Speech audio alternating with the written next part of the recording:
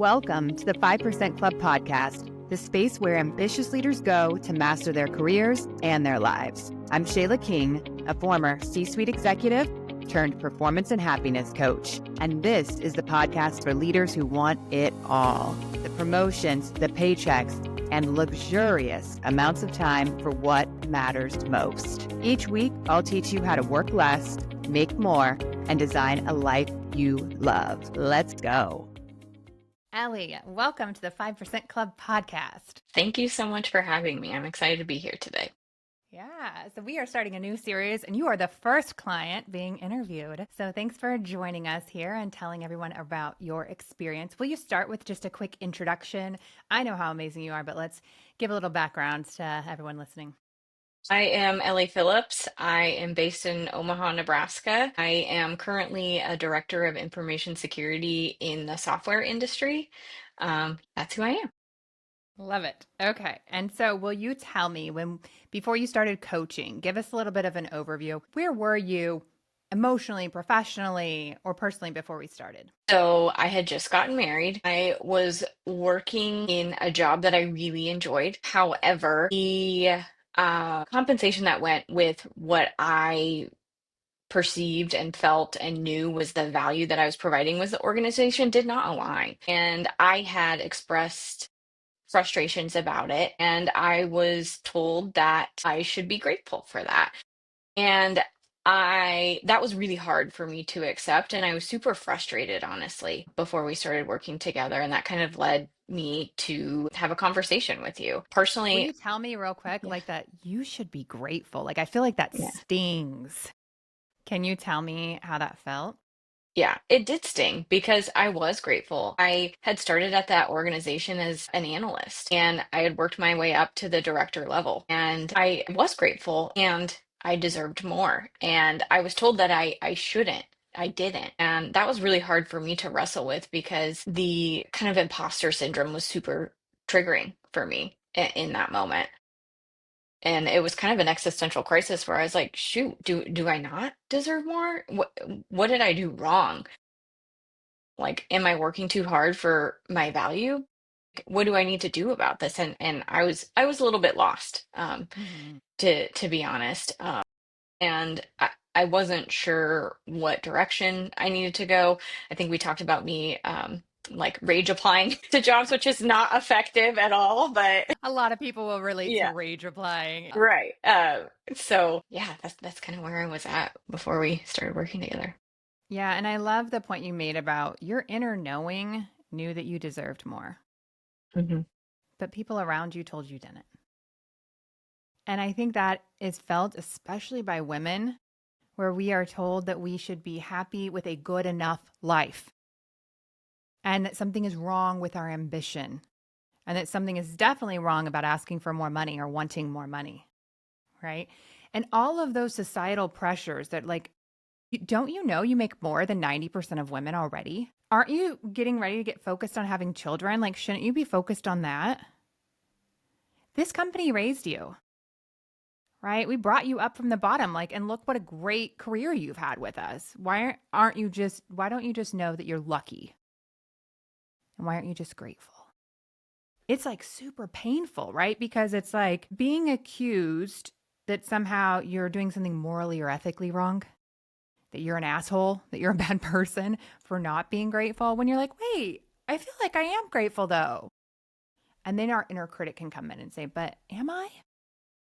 Am I grateful? I mean, they have done a lot for me. And then your brain starts justifying those comments, right? And if you don't get out of that cycle of just having people in your life that are telling you you should be grateful and try to make your life smaller and safer and what they're used to, then we don't realize what's truly possible for us. So what I love is that when you bring that, I'm like, how much are you making? What's your title? Oh, for sure you deserve more. And I mean, I've been a chief people officer. I know how much people get paid in every role in every country. And all of my clients are making amazing money. So I know what is possible. Yeah. And if Yeah. people don't have the belief, I always say you can borrow mine until you do. Right. And so I loved in our initial consult that just immediately I was like, oh, no. Your inner knowing is right. You do deserve more. You are performing at that higher level. And I'll always be intellectually honest, and I make my clients be intellectually honest with themselves too. We always have areas we can improve and things that we aren't doing well. And sometimes there are misaligned expectations, and it's unrealistically the opposite way. But that's rare. Most of the time, our inner knowing is exactly right, and there is something bigger and better out there for us. But it might be having to stretch yourself outside of that group you were with before. So, talk to me a little bit about what made you say yes to coaching and why me? Oh, I think that validation that you gave me in that initial consult was super valuable for me because I have very few colleagues, friends that are in the space that I'm sitting in right now. And so for someone to say I could get more was super validating for me. And then that desire to do something different, right? Because I was doing the same thing over and over again for the past, I don't know, probably year and a half, and I wasn't getting any results or any change out of it. So I decided to make the commitment because I needed someone to walk along that path with me, give me the tools, and then keep me accountable through that process. Yeah, I love that. I want to back up to the first thing you said. My circle didn't understand.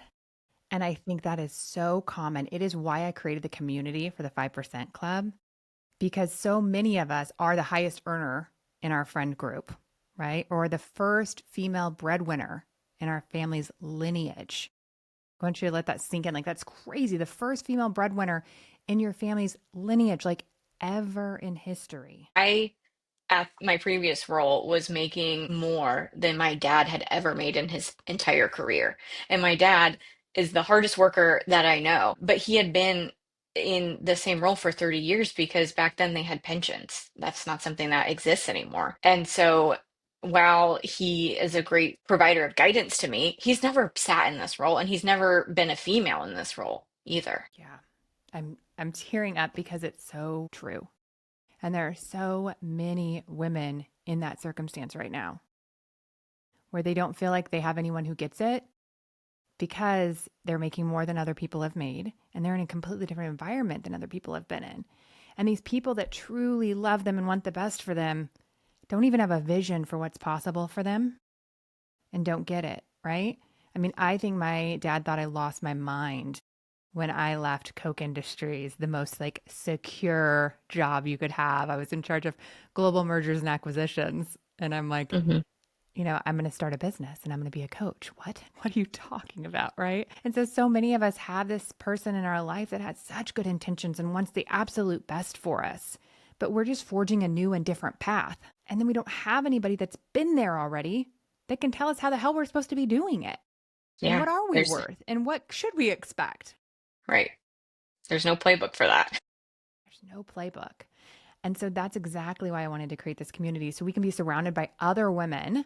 And we have, I always say it, a few good men, but I do coach women and men. But there's just such a need for women to have peers that can show them what it's like to be highly successful as an executive, to be a involved mom that has an intimate relationship with their children, and to be a happy woman. Yeah. Actually be healthy and have energy and feel like you're alive. And when I Hmm. started, there was no playbook for that. There was no one I could look up to that had all three, right? Yeah. Maybe you'd get two out of the three. But usually, if I found somebody that was a great mom and was an executive, they were normally completely drained, barely getting by, waiting for their kids to go to college or get out of college, and then they would come back to who they are, right? And so it moves me when you talk about that need for somebody else who gets it and who sees what's possible.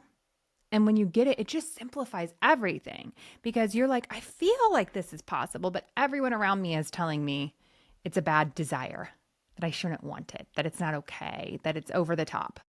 Yeah. And it's like it's kind of to a point where I don't really talk about it. I'm in a career that's highly technical, so I tell people what I do, and they completely shut down. And so, like, even outside of my co-working group, it's hard to have conversations at that level unless you find someone, and I've got one person, right? One out of how many people in this world that I know gets it and understands it, but we need more of a community. I needed more of a community and someone that could help me walk along those paths because I can't ask that of my friend, right? Um, so yeah, Yeah. And I don't really talk about it when it's so much of our lives. And then we're yeah. just supposed to compartmentalize. And it's something that we love and that we're fulfilled by, but we can't share it for one of those reasons. Right. Hmm. And so I love that you brought that up because I do think that that's so common that people just want somebody who gets it and can help elevate them. And so when you come in and say, I feel like I should get more, and I'm like, hell yeah, you should. Let's go. Hmm. And just knowing that the problem is so solvable because I've solved it before for myself, I've solved it before for so many other clients. And so it doesn't freak me out, the goal. Whereas it can seem so big and monumentous for you, but not for me because I've been there and done that. And you haven't had anybody else to talk to about it that's like, oh, yeah, that's simple. I got it. Yeah, yeah, yeah. So we're going to do this and this and this, and then it'll happen. And I think that a lot of people are just craving somebody to, like, I'll put in the work, I'll do the thing, but help me know I'm not crazy for this dream. And then help walk beside me as I go through these steps and guide me so that I can not have to do it the hard way. Yeah. And something I want to emphasize on is that dream, the dream formation. We spend a lot on, and it's actually not a dream. It is my life. And I'm working towards that and accomplishing that. And there is so many things that we sat, 3, 5 months ago, and I said on paper, this is what I wanted. And I never thought that it was possible, but I was going to do everything I could to make it possible. And then here we are today, and it is, right? It's there. It's already happened. Yeah, it's already happened. Ooh, I love it. Okay, so we're Yeah. going to get into all of that. All Yeah. right, let's talk about it. So tell me, what career or personal goal did you accomplish that felt impossible before? I think getting in a new role where I was compensated in a way that aligned with my value to the organization. And then it's a role that I can provide a ton of impact to, because something that's super important to me is being able to provide impact to the organization because I want to feel like I'm making a difference and moving the needle. I'm not content with the status quo. I want to make things better. Something that I really loved in the previous role is I was in charge of what I self-dubbed continuous improvement, right? So anything new that came to my team, and I was super excited about that. So I wasn't sure that it was possible in a new role, but the new, like everything, like the stars will align perfectly in the way that needs to for you if you put in the work. And so as you step along, it's kind of like, wading through a river with some unsteady rocks, but you can see the other side. And so it feels a little bit uncomfortable, but now that we've gone through these iterations, like the sky is the limit, truly. The sky is the limit. Yes, I love it. Okay, let me give a little bit of context to what you're talking about. So, Ellie was in a role that she really enjoyed, but thought she was being underpaid, wanted to find a role where she could keep up all of those improvements and make the amount of money that she wanted to make in a culture that she loved. So, one of the things that we do at the beginning when you said that we spent some time talking about the dream is we want to get really clear on what you want because we're not trying to just get paid more. We're trying to get paid more in an environment where we thrive, where we feel respected, where we feel engaged, where we feel like we're able to use all of our talents to make a difference, right? And so the first piece of that, I love how you said the stars align. The first step that I have in getting anything you want is to know and declare. And so we get really clear on what you want first, and then things do start working out for you and opportunities do come. And then we work through how you can make sure that you embrace those opportunities when they come. So you ended up moving into a new role. We've been working together for 7 months. So I think it was about Hmm. month 5 that you got the new role. Is Yeah. that right? Hmm. Yeah. So month 5. And tell me a little bit about, let's go for a return on investment. How did that work out for you with the new role? More than that, nearly 4 times. Yeah, in pure financial. But I also gained tenfold in just overall happiness with my life outside of work because of the steps that we went through and the things that we've talked through and the framework that you have given me to apply through all sorts of trials and tribulations and great moments of my life. I love that. And I love that you pointed that out because my goal is always that you get your return back, not only financially if you're wanting a new job. Not everybody's wanting a new job, but usually we can still get extra bonuses or get your base increased in your current job or whatever. So I hope that you get it back directly financially Hmm. and also that you get a return investment on the happiness side of your life. And so I love how you describe it as 4 times financially and 10 times in my level of happiness. So, and guess what? We're only 7 months into a year. So we're just getting Yeah. started, which I Yeah. love. And I'm so excited about that because I was able to change my circumstance, whether that be, and that can be, like you said, for someone in a new role, or the same role, and changing something about it that moves them to the next level. It is going to allow me to move at such a pace that I knew wouldn't have been possible had we not worked together. Yeah. So, what I'd love to talk about, so you just mentioned, yeah, you don't have to change your role. And a lot of my clients don't. I never market myself as I'm the one to help you find a job and I'm going to, we're going to work on your resume and all of that. We'll do all of that for my clients that are looking for a role. And I've, I've done all of that in my career. And so I can help you with it. But I want to change you as a human so that you experience life differently, right? And you can increase your Yeah. performance and happiness for the rest of your life. So, it's so much more than just getting a job. And so some of my clients stay in their current job and they just experience it completely differently. So I love that you brought that up, but let's talk a little bit more about not only did you get the job, but what have we been working on as you onboard into the new role? And so why is coaching helpful for you as you start the new job? Yeah. So being new, no one knows who I am. So from the jump, I've been able to exude executive presence in such a way that we've had conversations very recently that I'm like, Shayla, I'm doing that, this, that, and the other, and like people are looking to me for guidance, like, and I haven't even been here that long. And what is And my answer? Of you're course like, you are. right, that's who you are. You are an executive. People will look to you for guidance. And clearly you have been communicating in such a way that people trust you to reach out to you to ask for that guidance, because if people don't trust you, they're not going to ask those questions. And I'm like, yikes, I'm here. You And are this, there and you have made it to everything that you wanted to be when you grew up. You are yeah, already there. So pretty right. soon we're just going to start saying, okay, well, what's Ellie 3.0 and how do we get there? Which is so fun. But I just love that piece of it because sometimes it is a fresh start at a new company can let you show up completely differently because people have old memories of you, right? And I have, another client that I've talked about that they always saw her as the intern. And when she went to the new company, they're like, oh my God, she's this brilliant global leader and I want all the advice from her. And so that's kind of what Hmm. happened with you here too, I think you were respected at your last company for sure, but the level at which they expect you to play it at the new company is even higher.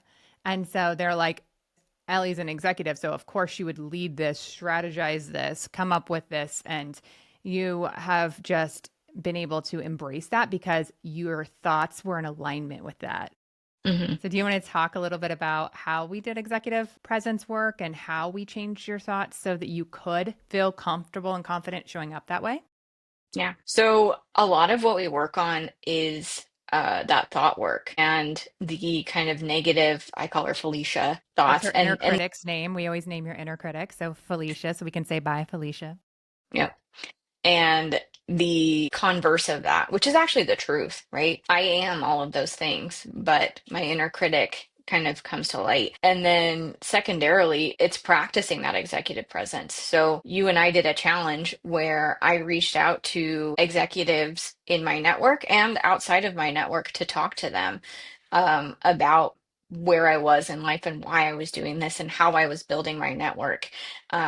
And so much so that he's now a CEO. He was a CTO formerly that I worked with, reached out to me and was like, hey, how did you start doing this? Because I think this is super great. And I want my team of female executives to know, like, this is a path that they should be taking. One of the things he said that super resonated with me was leadership is lonely. And so you have to intentionally build a network. And so through that, I practiced my communication skills through the interview process, even. I was able to build that skill of being able to speak concisely and directly and with confidence so that I could apply those skills in this new role.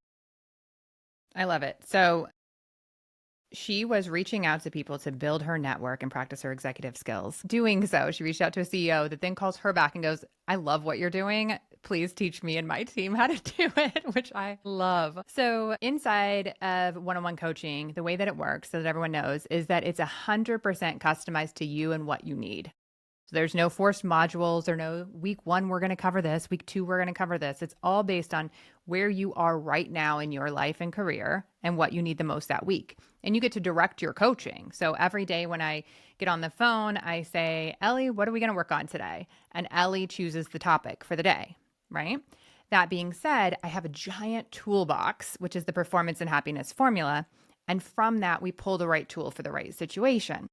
And so within there, we have results, relationships, rituals, and mindset. So we talked a little bit about Ellie's results and how she was able to increase her base salary and get some options by more than 4 times what her investment was in coaching within 6 months, which is fabulous. She also was in an environment where they're now treating her like an executive and she is getting to show up in a brand new way. Let's dive in now to relationships. So, you gave the example of me giving you some homework on relationships, but how have your professional and your personal relationships improved from coaching? I would say professionally, I don't think I put any value on relationships in your organization and intentionally building those. And as I step into this new role, I'm a new person. People don't know who I am or what I do or how I do it. Establishing those relationships is super key. I met with like 20 people as part of Right. like my onboarding, but it's not just that initial meeting, it's continuing those relationships so that something you talk about is like when there's a position that opens in your organization is probably already filled, right? Whether people have talked about it or not, because you want to be on top of mind for people when that role opens up. Um, They and then I have would to say, know who you are. It doesn't matter how good yeah. you are if they don't know who you are. So I love that piece of the reminder to build those internal relationships. And we have actual tools to keep track of those relationships, which to some people can sound silly. Like you're not supposed to do that with relationships. It's not a project, but it's something you care about and something that Mhm. you want to make part of your routine. And what gets measured gets done, right? And so we can actually use those tools to keep track of the relationships you want to build, and we can slow down and be intentional about which ones matter because you need the decision makers to know who you are. It also helps you be way more effective in your job when those with influence and those with decision making know you and trust you and you have credibility with, and they understand your capability. Then you can make a quick phone call and say, hey, I need this or that from my department. And it just is the speed of trust. And so it helps your organization by you having those relationships, and it helps you personally. And there's nothing slimy about it. That's one of the comments I get. They're like, oh, but it's because I need something. Yeah. And you're going to give something too because you're a high quality, valuable person. And so you're going Yeah. to say, what can I do for you? How can I help you? It's going to be mutual. So don't worry about that. If that's something that's holding you back from doing it, just go for it. So, Yeah, totally. anything else you want to say on professional relationships? And then I'd love to hear your thoughts on personal relationships. No, I would say, uh, well, I guess one thing is the confidence that I've built has empowered me to be able to communicate in a way that I have never been able to. Uh, kind of that like a little girl mentality, like, oh gosh, like I don't know, maybe we should do this. It's speaking with authority, is something that I've learned communicating professionally, and people really appreciate that. They appreciate directness and they have confidence in you when you're speaking confidently. And I know you gave the little girl example, and you were never dramatically that way, right? It's never like she was like, "Oh, please, can I give a suggestion?" But if there's just an air of it, even a tiny bit of it, you do come across as less trustworthy, as less capable, right? And so Yeah. you've shed any remainders of that, and now you're just like, if you have a question about my point of view on something, I can very directly and concisely give it back to you. If I need your support in getting something done, I can very clearly explain the what and the why and the impact and what I need from you. And that ability to speak like an executive has brought you so much power. And it's cool because those are sometimes subtle things. When you're like, well, what's changed? Your communication changing opens doors. And so that will not only serve you now, but forever. And that's one of the things that's really cool about coaching. The skill sets that we learn are going to help you in your current role. It's going to help you in future roles, future companies. And it's going to help you in other areas of your life. And I know that's something that you've really appreciated. So, do you want to talk a little bit about how the tools have helped you outside of the professional world? Yeah. So on a personal level, going back to having a super strong relationship with my values and what they are, it makes the decision making a lot easier. And specifically, I have a big family. My husband has a big family. We have a lot of friends. That just makes for a very busy social life. And with that comes conflicts potentially. And Because people be I, peopling. yes, right? They live their lives, they schedule events, They talk, and they say sentences, causes yeah, drama. right. And I have always been instilled with this great, kind of like you show up for people, right? Because they show up for you. But we learned that that doesn't need to come at a cost if it doesn't align with my values. And we talked through a very specific situation where I was kind of being pulled in two directions. And it ultimately gave me the kind of power to say, I don't have to stretch myself thin in order to quote unquote show up for others. Because in doing that, I probably wasn't going to show up for others very well anyway if I stretched myself thin because I would never have been like super present one way or the other. And so stepping back and having the tools to see where my intent and my decision making and how it aligns with my values just makes everything easier because it's a very easy yes or no. Does this align with my values? Yes or no. Yeah. So, we have spent a lot of time on who are you and what do you want? Hmm. And that's some of that like deprogramming, unlearning as well, is because we're raised with here's what we should want, here's what we should do, here's what we should like. And this is how you become a good person based on the people around us and their beliefs, right? And in this time together, we get to say, no, no, no, but what do I want? How am I unique? And what do I think good looks like? And the more we turn inward and develop our own litmus test for what good looks like, then we can let go of what other people think. It doesn't matter how they're going to receive it. It matters, do I feel like I'm being authentic to myself? Am I being true to myself? And that's some of the amazing work that we've done. And I love it. When you brought this specific subject up, you were like, I have to make a decision on this and this, and I don't know what to do. And I want you to walk me through it. And it wasn't at all, I want you to tell me what to do, which I wouldn't have done anyways. But it was help me think through my decision making. Hmm. And so we got just really clear on what are your values? How do you want to look at these kind of things? What would make you proud of yourself on how you acted? And so I love that because it gets us clearer in life in general on who we are and how we show up. And then it gets rid of the guilt and the shame and letting people down and that conflict and all of that. It's like, yeah, I can't control how people react to this, but I'm going to live in congruency to what I value and who I want to be. People may or may not like it, and then we'll deal with those feelings too, because we're still human. We're going to have some feelings about it. But it feels like such a more solid decision when you know where it's coming from. Yeah. Yeah. And I think being like trusting in those decisions that they are right for me Yes. and not and standing in that, right? And being okay if other people don't agree or aren't okay or think I should do something else, right? They're not me. And Mm. that's fine too. They're going to do things that I don't think they should do. Why can't I have the same expectation for myself? Oh, I love that. Yes. And Hmm. so we talk more about there is a playbook that we all have for everybody else in our life. And we're like, here's how you're supposed to behave according to me. I have a playbook on how you should live. Right. And so unattaching to that and saying, or what if we just let people be them? We just let people live the way that they wanted and we didn't judge and we didn't think they should be doing something different. And the more free we are with how other people decide, then it's easier for us to also be free with what we decide. And you don't have to get it. It's one of the things that I coach people on. And I've talked to like different generations on is they don't understand some of the things happening with kids these days, right? You don't have to. You just have to want them to be happy. You don't have to get it. It doesn't have to be for you. Just want them to be happy. And it simplifies so much in life when we can let go of that control. Totally. Yeah. People will be people. That's something that I say to myself. And something else I love that you say is like, I don't have to think those thoughts, right? I can think my thoughts differently. And that's something that we work a lot on is that thought cycle and changing that. And that's been a super valuable tool for me. And it's contributed a lot to the happiness that I speak about that has increased in our time working together. I love it. Yeah, a couple of episodes ago, I just did a podcast and I introduced the model.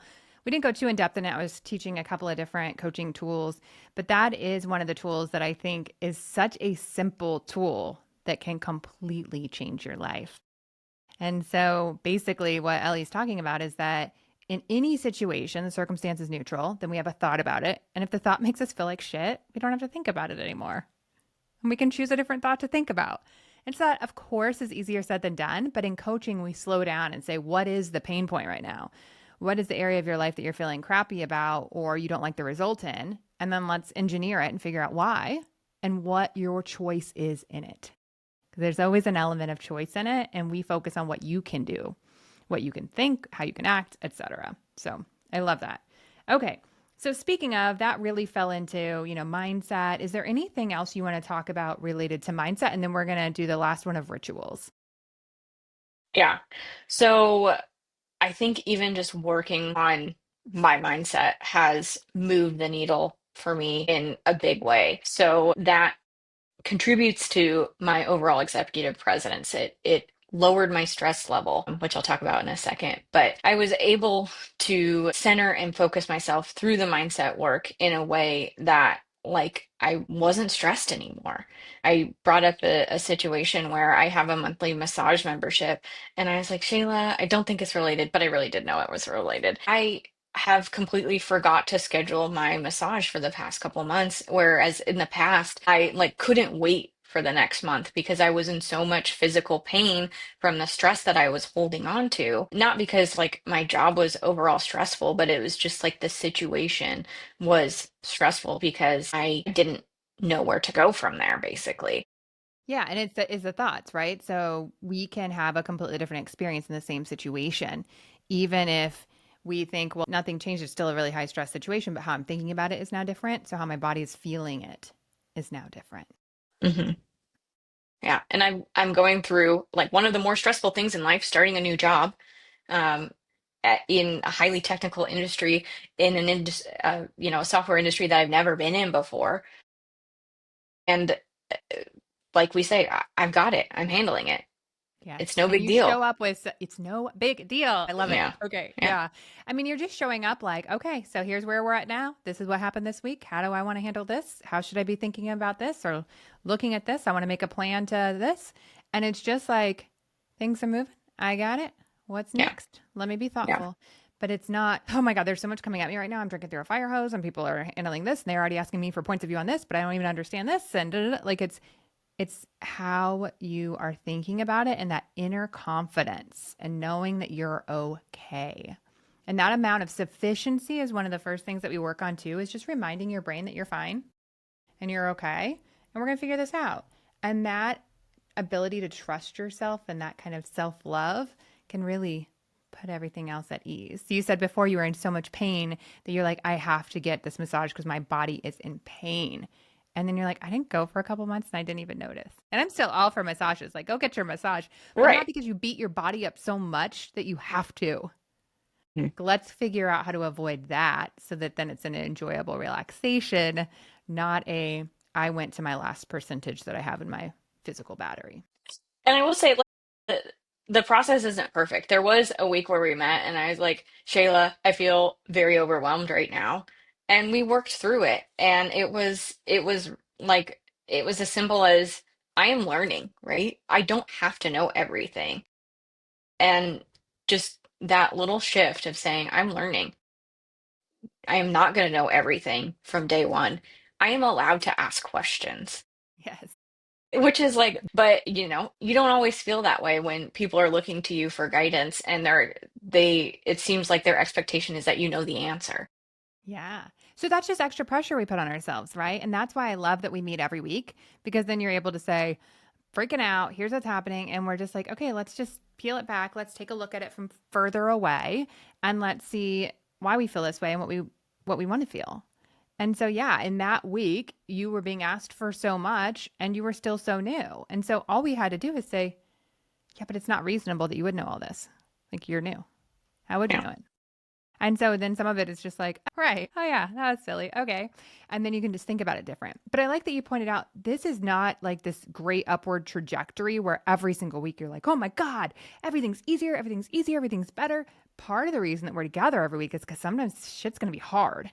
And sometimes you're going to have a week with negative thoughts or something bad that happened in your life or whatever. So let's talk about that. We have a really good example for you about what happens when you don't get what you want? Because we've experienced that in our 7 months together as well. So, can you tell us a little bit about your job search process? Right. So I was interviewing for a role that I was super excited about. The benefits were great. The culture seemed great. I was very far along in the interview process, such that I felt like I was going to get it. Right. You had like And we six talked. interviews, right? Yeah, and I felt like I was great for the role, and then I didn't get it. And I took it very, very personally. And it was hard for me. Like I was in tears when we were talking about it because it was something that I wanted so bad, and I thought it was the role for me. And we talked through kind of that shame spiral and and the tools that I needed to engage during that week to not stay in it so long. Yeah. It's such an important topic. And I think it's something that can truly be a game changer for people. I learned it a few years ago and it totally changed my life. Being able to fail without shame Mhm. or being able to move through shame, right? Because we can't always control it. Sometimes we have human brains. So sometimes it still happens, even as with all the coaching tools, but not having to let it destroy us and having us stay in that low value cycle and crawl in a hole that we don't come back out of, that permanently hurts our self esteem or that has us hiding and not taking action. And so you felt the feelings, Yeah, and felt you the gave me disappointment. permission to feel the feelings, right? I don't think anyone had ever said, in very blunt words, you can feel sad about this. Ah, for sure. Yeah, we're supposed to, right? And when you allow yourself to feel the feelings, then you can move past them. When you avoid them, they're just like lingering, causing pain, and you haven't processed them. Hmm. And so we feel the feelings and we're sad and we're disappointed and we're angry and we're whatever we feel in that time. And that's okay. And then what we do is we don't let ourselves get into such a pity party because we're such a victim that we just give up on our hopes and dreams. That's the part that we talk through, but we give ourselves time first. Like, be human, feel shitty, and then let's Yeah, get back up again. yeah, Let's, dust off our knees and let's say, okay, we got this. Let's get back up. And how are we going to approach it now? What thoughts do we need to intentionally believe so that we can go into this next round with a high self esteem, expecting it to happen? Not saying, I knew it, it was never going to happen for me. They were right. I don't deserve this. Because it would have been easy to fall back in. Our brain has automatic negative thoughts. We have an inner critic. We want to believe that we need to stay the same and it's not going to work out because that's what's safe for our brain is that things don't change. And so we have to very intentionally say the antithesis of this and talk ourselves into why it's going to work and why we are a rock star and what we have to offer and why that was just a lesson. We have to intentionally do that. And that's why we meet every week too, is so that we can really keep up that momentum as you're getting back up. What I think is so cool, Ellie, is you felt it, but you didn't stay down. I mean, again, let's look at this timeline. In 5 months, you got the job. And when we started, we weren't even looking for a job at first. no, So yeah. that's It was actually probably really like 2 or 3 fast. months in. Yeah, Yeah, it's actually really fast, but in the moment, it doesn't feel like that. In the moment, it just feels devastating. yeah, But because you were willing to get back up and go again, now you're at an amazing company making, a ton more and feeling like an executive. And if you would have said, he was right, I don't deserve this, that's why the other company didn't hire me. And if you would have bought into that story, you would still be at your last company and not have found out what you're made of. Which part of the reason we do this goal setting isn't just to get the goal, it's to become this new level, a new version of ourselves that can get the goal and that can fail with less shame and that can hmm get back up again. And so, just the skill set of not staying in that low value cycle. Can you imagine, like, if you had to look for another job again right now, like, what would your energy be around it? What would your confidence be in it now? Like, you are just going to be, next time that if you ever do look for another role, You're like, yeah, this is what I do. Sometimes they work out, sometimes they don't. Sometimes you get far in the process. Sometimes you think you're going to get it and you don't. But in the end, you just keep going and it all works out. What's meant to be will be. I think having that confidence and the experience of I interviewed, gosh, over dozens of times at different organizations. And with that, I was able to build that muscle to say, like, not everyone's going to work out. We attributed it to like dating, right? You don't marry every person you date, right? Right. If I didn't date all the frogs, I wouldn't have my husband now, right? So Exactly. Exactly. it's just part of the process, and it can be really disheartening. I feel for all the people that are really doing all the work they can to find their next role, but personally, I'm better for it. Yeah, absolutely. It's resilience, baby. And it helps so much when you have someone by your side that is saying, no, no, no, like feel the feelings, but you got this. Keep that hope. Keep that hope alive. And when you're ready, we'll just start practicing for the next round of interviews. Start looking for the next company, right? Start figuring out what we can tighten up and improve on our delivery, making sure we're finding companies that are the right match, right? We just start saying, what else can we do that's in our control when you're ready, after you've felt the feelings. I have a client that I love that says, she said she told her husband, don't rush my feelings. And it's so true. We got to let them happen. We got to let them happen. All right, I love it. So the one area we didn't talk through in detail yet is rituals. So it's, what changed in how you manage your time, your energy, your daily habits. Yeah. So daily habits were a big thing. Like even just exercise or going for a walk. I had looked at that as like work effort, something I had to do. But um, when I truly looked at the benefits of it and how it impacts the rest of my life. So when I work out, I have less anxiety, which makes me show up better at work so I can perform better. I am less irritable at home, so I don't snap as quickly as I would. So when I took a step back and looked at it from that perspective or mindset, it makes me more confident. I'm more grounded, I'm more centered. Meditation, I think before this kind of sounded a little woo-woo to me, but as we started working together and I started actually just trying it, and acknowledged how I felt after it happened, and then reading about it. I think in every leadership book I've read so far, it talks about meditation. It's like, okay, well, maybe it's not as woo-woo as I thought. You need to try a few different things to figure out what works for you and checking in with yourself to see how you feel after that. And then it takes a little bit to make it part of your routine and your ritual. But then, I'm at a spot now where it's prioritized for me. I keep my journal on top of my nightstand for me to do a thought download before I go to bed. And like you say, it's who I am, it's what I do now. And we also talk about the tools for when I am in a low value cycle. So I'm super stressed, I'm overwhelmed. What are things that I can do in those moments that I know will make me feel better? So for me, it's calling my sister, calling and talking to my grandma, like stuff that is simple like that. But I have this kind of like list in the back of my head that wasn't there before that can keep me moving forward and accelerating versus just kind of sitting in it and wallowing. I love it. And there in Brendan Burchard in High Performance Habits talks about how high performing CEOs have the same energy level as professional athletes. And I think it is so common, especially for women who feel so stretched thin, that they're not taking care of their health and their energy first. It feels like a luxury instead of a necessity. And so I don't have any specific plan that I make clients go through. Rather, what we do is it's figuring out your recipe for you to feel and perform at your highest. And so, what is it specifically for you? And so, we try some things and you figure out what your recipe is. And that's what Ellie's figured out for two situations. One is every day, what do I need to feel and perform my best? And two, what do I need to do when I'm in a low value cycle to pull myself out of it? And so, we Mhm. create those recipes.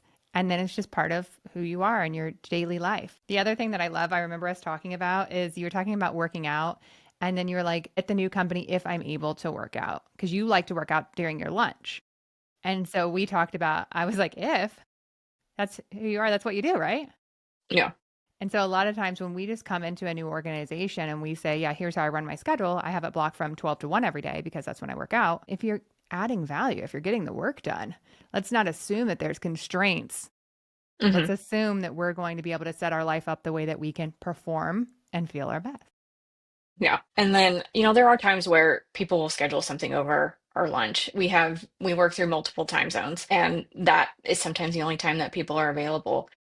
But it's like, okay, I give myself permission to move that hour to the end of my day, right? Yeah. And I work out at the end of the day versus at lunch. But my priority is always to have that lunch hour for me to be able to do what I do to show up to be the best that I can be.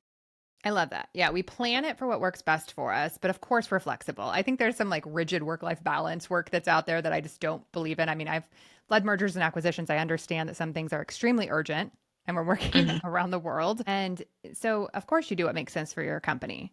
But most of the time, that steady state, that's when it's going to be blocked in there for you.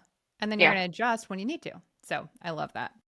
Okay, tell me what surprised you about the coaching process. I would say the involvement and how much we talk about stuff that is outside of work. So when you think of a traditional coach, it kind of falls into these like two buckets. It's like your job coach and like a life coach and like a therapist.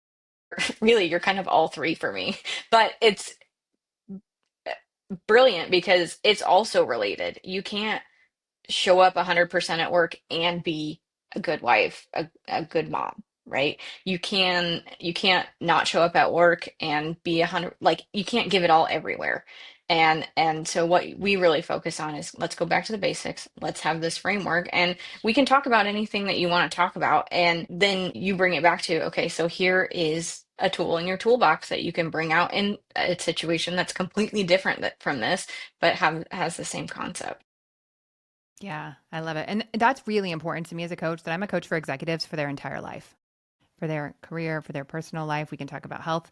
I have clients right now that we're going through, we're talking about dating and finding love. So it doesn't matter what it is. You're a busy executive and you want to enhance your life, and I'll help you do that Yeah. in any area you want.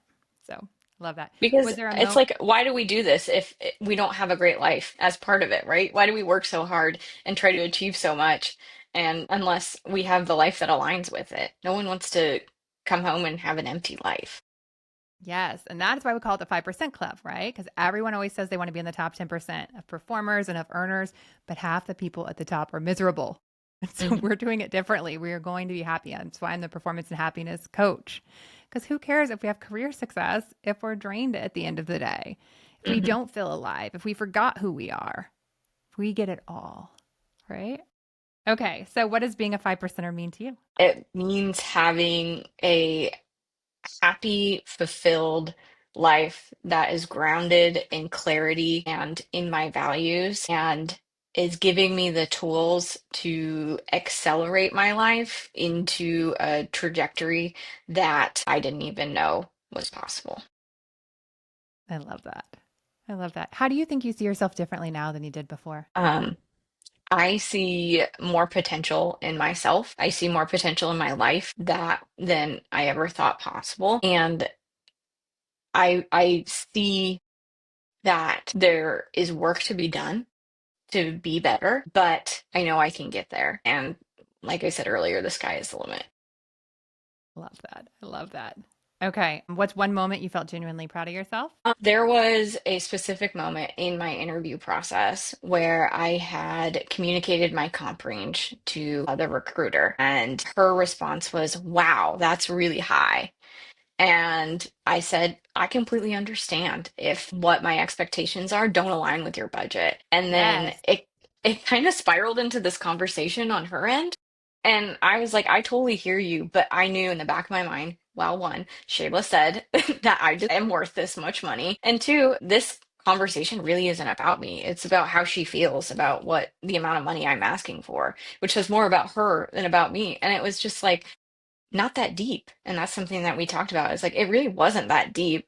Like this was just the initial conversation. You didn't actually ask me in your application on your website what the compensation range I was expecting, and probably could have avoided this conversation to begin with, but here we are, and that's what these conversations are for. And so for you to try and make me feel like it was too high in general is like a little bit out of bounds.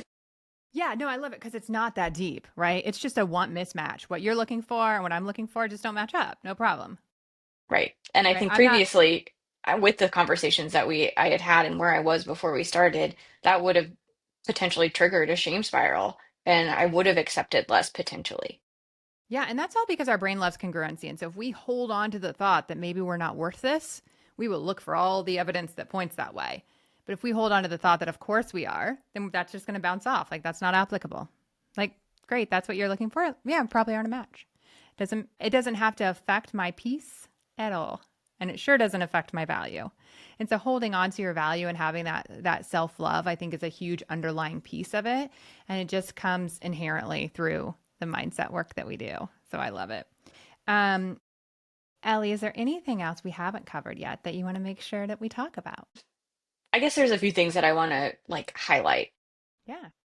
Working together, the tools aren't complicated. They're not a huge time investment, but being in that right mindset, being uncomfortable with change, I think that's really the thing that we work on the most is being uncomfortable and doing uncomfortable things because I can't change unless I do something differently, right?